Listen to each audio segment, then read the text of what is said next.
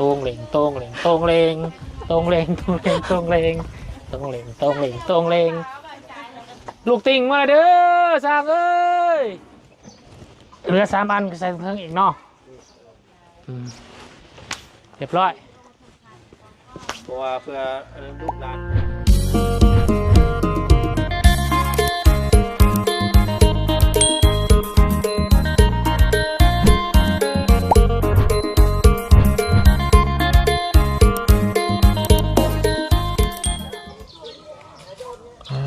โจ้พี่น้องเลย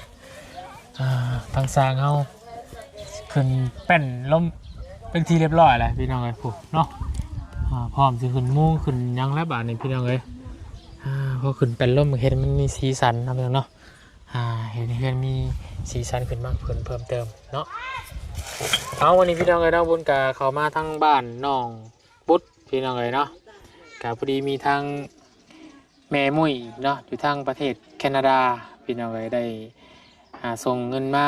เนาะให้กับบุญเป็นสะพานบุญไห้เพื่ออยากซอยทางครอบครัวน้องปุ๊ดพี่น้องเลยเนาะเห็นว่าทางยังขาดทางลูกติงพี่น้องเลยเนาะแต่ก็ยังขาดไม่ฉลาดน้ำแน่แหละพี่น้องแต่ว่าเมย์เพิ่นอยากซอยเนาะทำเรียกแห้งที่มีเนาะเรือแห้งที่มีอยากซอยน้องเพิ่นพี่น้องเลยเนาะเลยอยากซอยทางด้านลูกติงเนาะสำนีก็โอ้ยพี่น้องขบุญกับขอบคุณขอบใจทางแม่เพิ่นหลายหลายพี่น้องเลยเนาะที่มีจิตใจอยากซอยเรือทั้งน้องเพิ่นเนาะผมก็เลยซื้อลูกติงมาให้พี่น้องเนาะจำนวน3 หมัด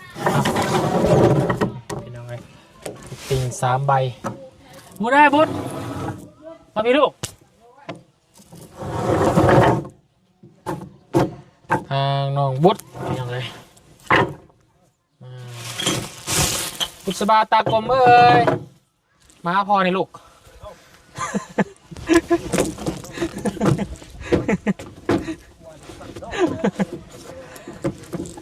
เข้าใหญ่กว่าเจ้าอีก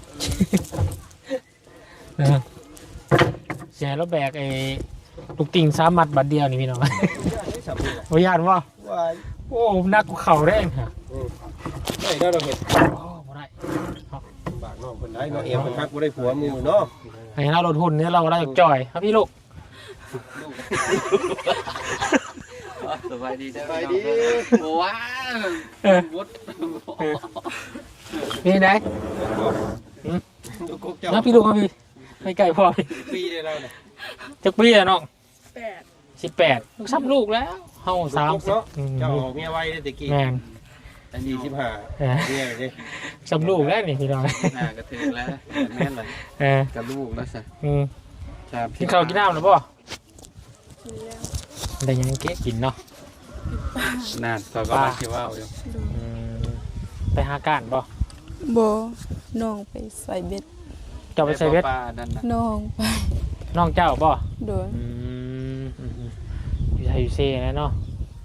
ให้กินอะไรกินป่ะมกกิน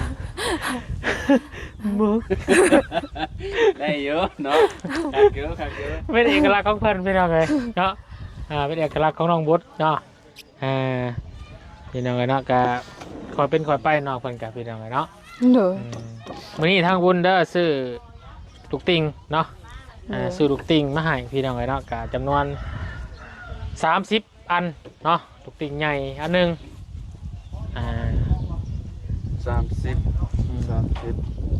60เนาะได้บ่2 4 6 8 10มาละ30 มันละ10กับ60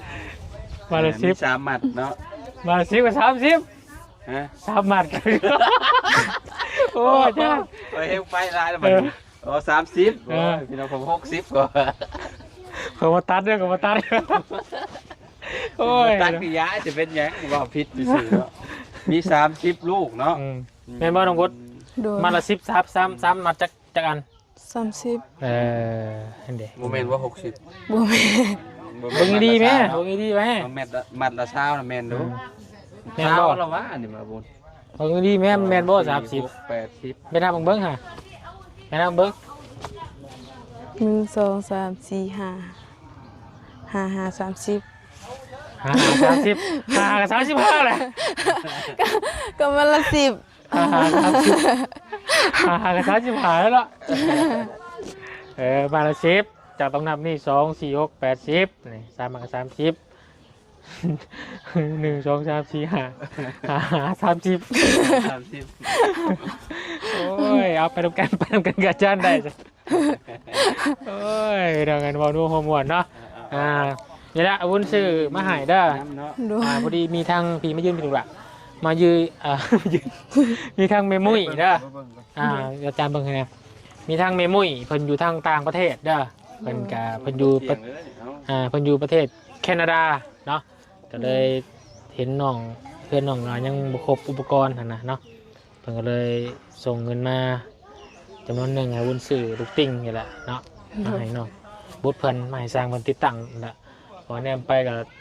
โครงหางอย่างเรียบร้อยบ่ได้พี่น้องยังแต่แผ่นต้อนลูกติ้งแล้วกับแผ่นไม้ฉลาเนาะ โดย แผ่นไม้ฉลาเนี่ยก็โอ้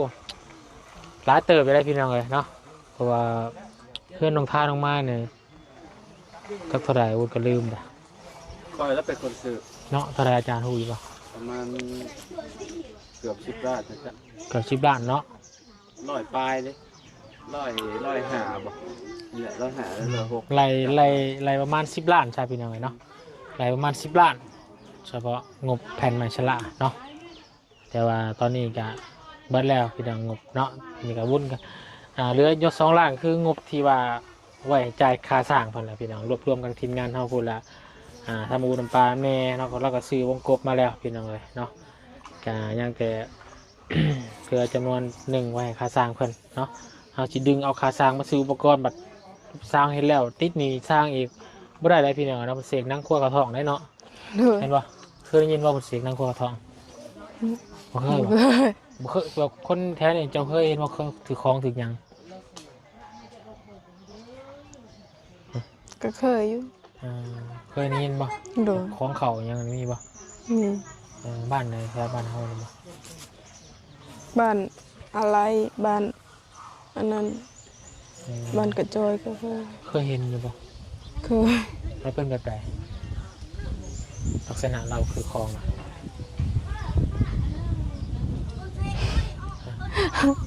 เป็นแบบใด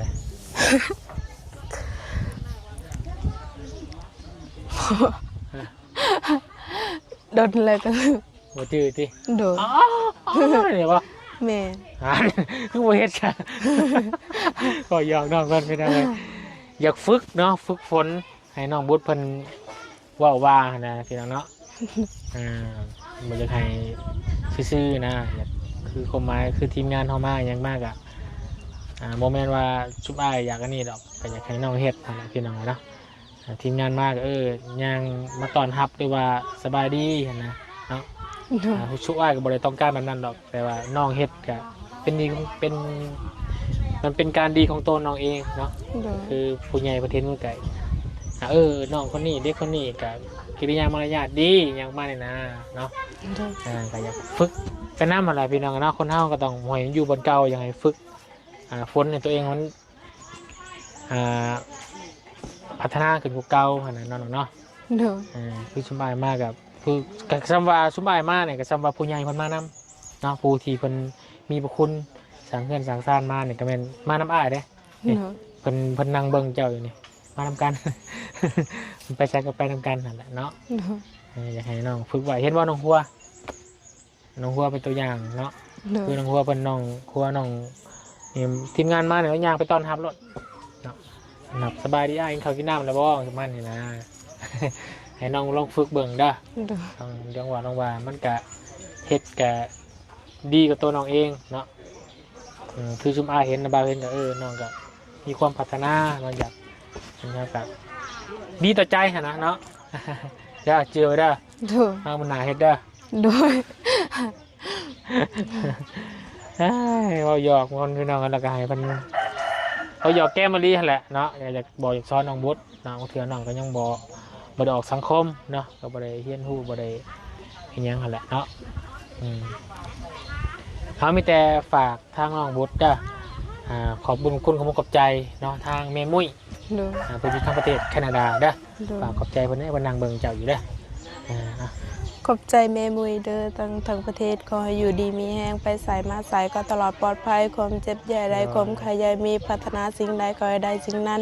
ขอให้ร่ำขอให้เฮงขอให้ปังขอให้รวยสาธุและก็ขอบใจเบาบุญสารวัตรนำเด้อขอให้อยู่ดีมีแห้งไปใส่มาใส่ก็ตลอดปลอดภัยความเจ็บใหญ่ใดความใครใหญ่มีพัฒนาสิ่งใดขอให้ได้สิ่งนั้นสาธุ สาธุ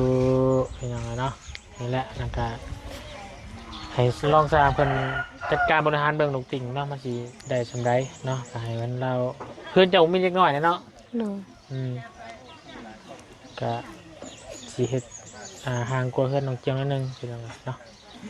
การเบิ่งถ้าเราพอจังได้ก็จังว่ากันเนาะเสียงตื่นป้าจะโอเคป้าน้องละฮะได้ปะอึ๊บโตงเหล่งโตงเหล่งโตงเหล่ง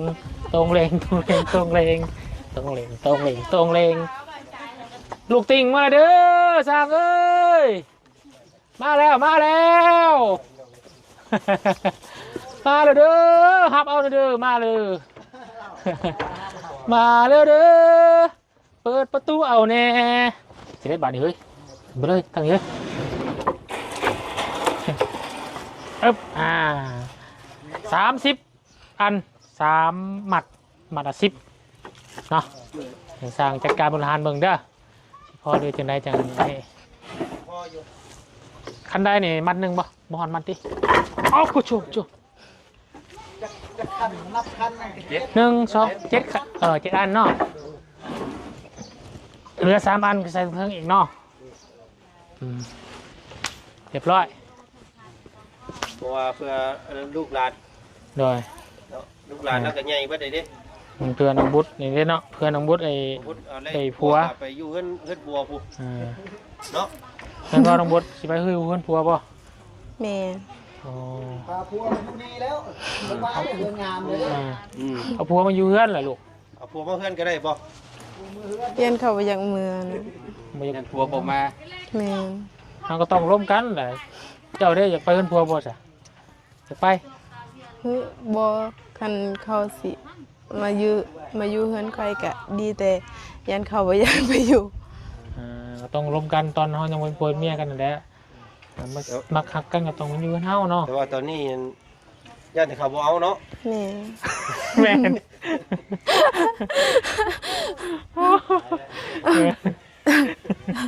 เดี๋ยว ญาติเขาบ่เอาแล้วว่ะเนาะ เดี๋ยวยังบ่ทันคิดสิเอาผัว เมื่อนั้นการคิดอีกอย่างตัวนั้นเราอะตอนนี้หาให้เลยก่อนเนาะ น้องคน น้องคนยังบ่ทันคิดว่าซั่นเนาะ แม่ ไปเอาอีกอันหนึ่งไปยังอีกอันหนึ่งลูกไปเขาติดปากนะลูกได้พี่น้องเลย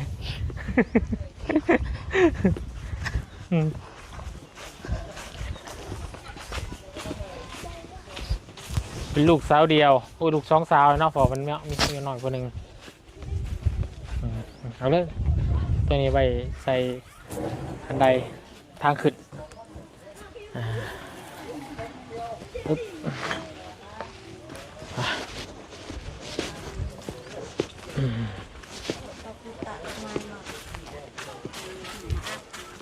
สร้างคนมา2 คนหนึ่งบ่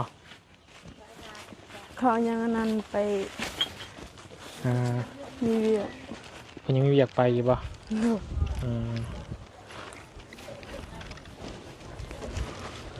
ปึ๊บตั้งหันละ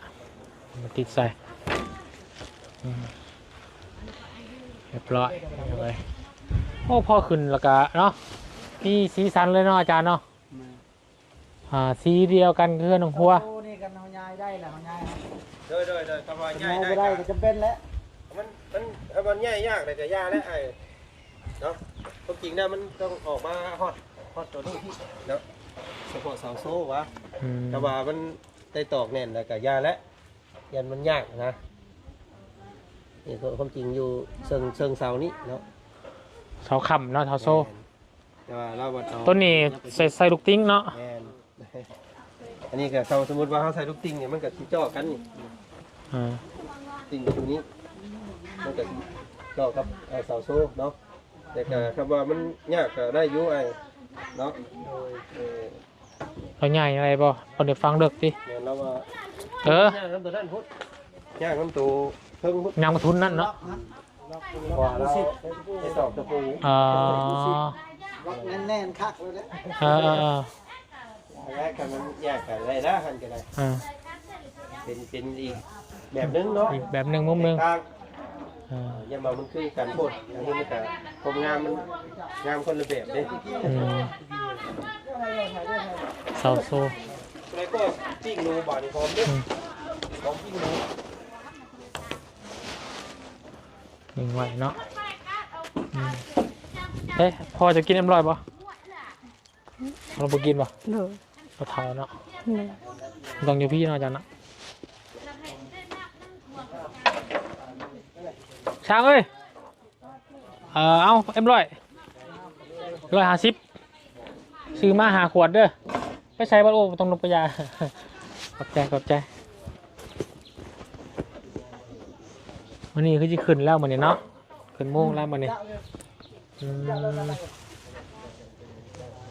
กระบาดนี่พี่น้องเลยเนาะสังกะสีฟ้าเนาะสีคือกันกับน้องบุตรเลยสีเนาะ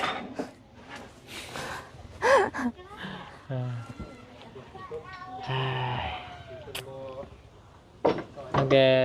อีได้พี่น้องยังลืมไล่บานประตูได้บานประตูยังไม่ได้มีเนาะบานประตูบุตรไล่บ้านเนี่ยต้องอยู่ประมาณ3 ล้านปลายไล่ที่เคยซื้อนี่บ้านหน้าต่างนี่250,000คูณ1 500,000นะเนาะ10 15 20 2 ล้าน5 2 ล้าน5บ้านใหญ่500,000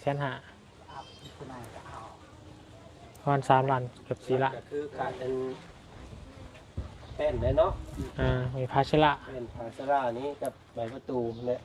แผ่นพาชละเนี่ยไล่10 ล้านเนาะ 10 ล้านนี่ยันจะพ่อได้ผม มีไล่ต่ ร้อยปลายพอได้นี่ ำเสมอตรงคางตรงไม้เนาะ100 ปลาย ร้อยเศร้าประมาณนั้นแล้วนะ 10 ปลายล้านเนาะ10 ล้านต้นนะเนาะ 2 ล้านแล้ว ประมาณ12 ล้าน12 ล้านบานประตูอีกไล่ประมาณ15 ล้านนะ แล้วก็พวกล็อกอุปกรณ์มันแหละ หลายอยู่ ล็อกก่อนมันก็มีไปล้านนึง อืม มีจับมือกัน ดังตาเฮ้ย สิประมาณนั้นแหละเนาะยังประมาณ15-16 ล้านนะ โดย 15-16 ล้านนี่ถือว่าจบเลยเนี่ย ที่มันห่างที่สุดบางเรื่องที่ บาทนี่เนาะมาใช้ได้บาทนี่พี่น้องเลยบดอีก16 ล้านได้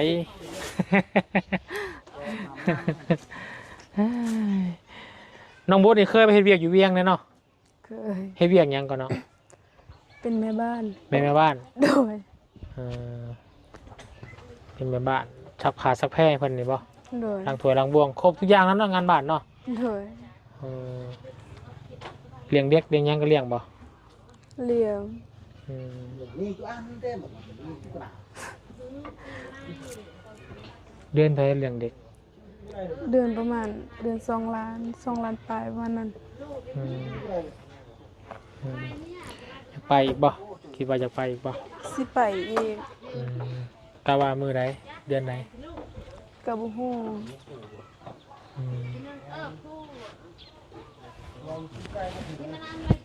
เวียกบ้านเนี่ยเหมาะอยู่กับน้องบุตรทำไปเวียกเรียกใครเวียกขายเครื่องนี่บ่ได้แท้เจ้าเนาะ โดย เคยเฮ็ดบ่เวียกขายเครื่อง เคยตอนไปอยู่สวรรค์นั่นนะเฮ็ดเวียกอันนั้นใครเขาก็ ก็เอิ้นลูกค้าอยู่บ่ เออ เอิ้นว่าจังได๋ ซื้อซอยแน่ ชื่อซอยแน่บ่ โดย เพิ่นก็ซื้ออยู่บ่ ซื้อ เอาค่ะคอยลองเบิ่งน้อยไปหาเวียกหางานไปแล้วเป็นยังไงเนาะเจ้าก็ยังน้อยยังสาวอยู่เนาะไปหาเวียกหาประสบการณ์หาเงินนะครับนั่นแหละมาสู่ครอบครัวสู่ตัวเองแน่นะเป็นยังไงเนาะเอามีแต่เท่านั้นนางเด้อเดี๋ยวเพิ่นไปเวียกทางอื่นต่อเด้อ สมัยบ่กินข้าวกันวะสมัยบ่กิน มี ข้าว ยังกินนะ ปิ้งอันนั้นปิ้งปลา ถึงปลา โดย หากินข้าวมาแล้วหมดคาร่ำดิ แต่คลามอยู่แต่สมัย กินข้าวก่อนสิไป อืมให้กินมาแล้ว โอเคพอดีครบ น้องพูดขึ้นยังไงเฮ้ยเอาขอบใจน้องกระลายเด้อ โดย แกงปลาว่าฉันเป็นยังไงเนาะเอาเราจังเดี๋ยวมากินน้ำเนาะเอาสบายดีสบายดีนะอายความไม่เลยพี่น้องกันเนาะแกเรียบร้อยนะหมอบลูกติ่งเด้อทั้งแม่มุ้ยเด้อทั้งลูกได้ซื้อลูกติ่งมาให้กับน้องวุฒิแล้วเนาะจำนวน3 มัดกับ1 อันใหญ่พี่น้องเลยมาให้เฮือนเพิ่นเนาะพอได้แล้วก็แต่ละขั้นตอนเนาะลูกติ่งกันได้แล้วบัดยังอีก2 ขั้นตอนพี่น้องเลยเนาะ2 อย่างนึงคือเป็นไม้ชะละอย่างหนักเลยเนาะ2มากับบานประตูพี่น้องเลยเอาเดี๋ยวฝากติดตามรับชมกันอีกต่อไปพี่น้องเนาะสำหรับคลิปนี้ทางวันนี้ก็จะได้ขอลำลาจบคลิปลงเพียงสำนีก่อนพบกันในคลิปหน้าเนาะคลิปนี้ขอบคุณขอบใจไปทางแม่มุ้ยอยู่ทางประเทศแคนาดาเด้อที่ได้ส่งเงินมาให้กับลูกเป็นสะพานบุญให้โซเลือกควรองบดก็ขอให้แม่อยู่ดีไม่แห้งให้สุขกายสบายใจเด้อแม่เด้อปราศจากโรคภัยไข้เจ็บทั้งปวงขอให้แม่ร่ำรวยๆเดินทางไปไสมาไสให้ตลอดปลอดภัยให้ฮอดจอดถึงเด้อแม่เด้อสำหรับคลิปนี้อุ่นไปแล้วสบายดีเด้อ FC บัดชูทุกคนอยู่ดีไม่แห้งขอให้เฮงปังๆบัดทุกคนสบายดี